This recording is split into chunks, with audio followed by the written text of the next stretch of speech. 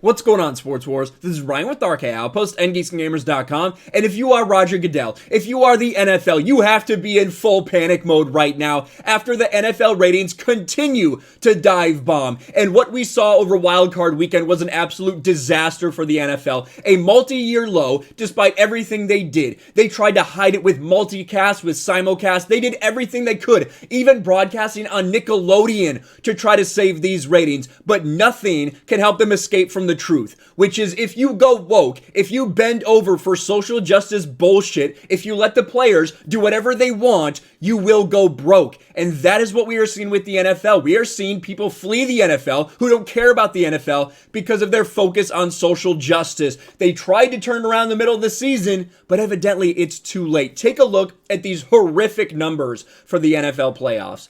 NFL Wildcard Weekend hits multi-year ratings low, lowest since 2014, and it's not even close. CBS and Nickelodeon's telecast of a Sunday game is the only one to top any of last year's contests in total viewers. The opening round of the NFL drew a significantly smaller audience than it did a year ago. CBS drew the biggest audience of Wildcard Weekend with an assist from Nickelodeon, which we will talk about. The expanded Wildcard round featured 6 games on January 9th and 10th, 2 more than in the past 4 years. Now, they have to be thankful. You think that that's maybe one of the reasons they did this. They added an extra Wildcard slot so that they could get an extra game in the playoffs. Let's all be honest. We know that this is the case. We know that they did this strategically. They had to, because they knew they were going to have a dive bomb in ratings. And we even talked about in a stream the other day how they increased the number of commercial spots, even after taking a stand a year ago and saying people want less commercials, not more. Well, you went ahead and you put more. You put more commercials in there because you know that you are bleeding money, NFL. You are desperate for money right now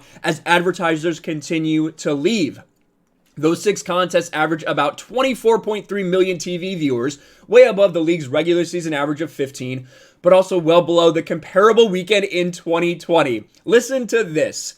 Excluding the 2 extra games, which did shitty, the 4 contests that aired in the same window as those a year ago averaged about 25.2 million viewers, down nearly 20% from the 30 million who watched the wildcard games last year. It was the smallest combined viewership for wildcard weekend since at least 2014 and likely before that. That is absolutely embarrassing for the NFL.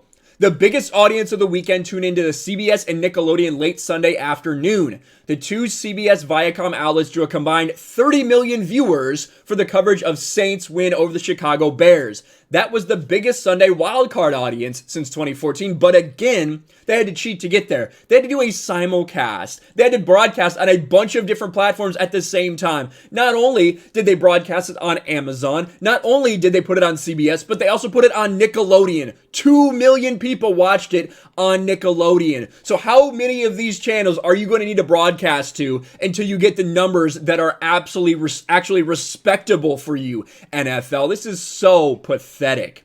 Nickelodeon's telecast, which was geared towards a younger audience, drew 2 million viewers, the biggest audience for any Nick program in almost 4 years. The telecast featured Nick-specific graphics, including virtual slime cannons that detonated after touchdowns, and announcers who took time to explain rules and strategies and play on the field. So for kids, basically, that's what this was for. NBC's Sunday night game, look at all these simulcasts. NBC's Sunday night and ABC and ESPN Sunday afternoon simulcast, a megacast that included feeds to ESPN2 and Freeform. So the ESPN one got aired on ABC, ESPN, ESPN2, and Freeform. And still, you end up with these absolutely pathetic ratings. This is what happens, NFL. When you go woke, when you decide to kneel for the national anthem, when you decide to stick the names of career criminals, of people who sexually assault women on your helmets and try to hold them up as heroes. All of you pieces of shit that decided to play this social justice virtue signaling game, you are the reason that your league is now in shambles. You are the reason that people have left in droves and will not be coming back. This is pathetic for the NFL. Tied for the second largest audience, each drawing 25 million viewers. The Freeform telecast, meant to draw the Disney-owned cable's young and female skewing viewers, managed 67,000.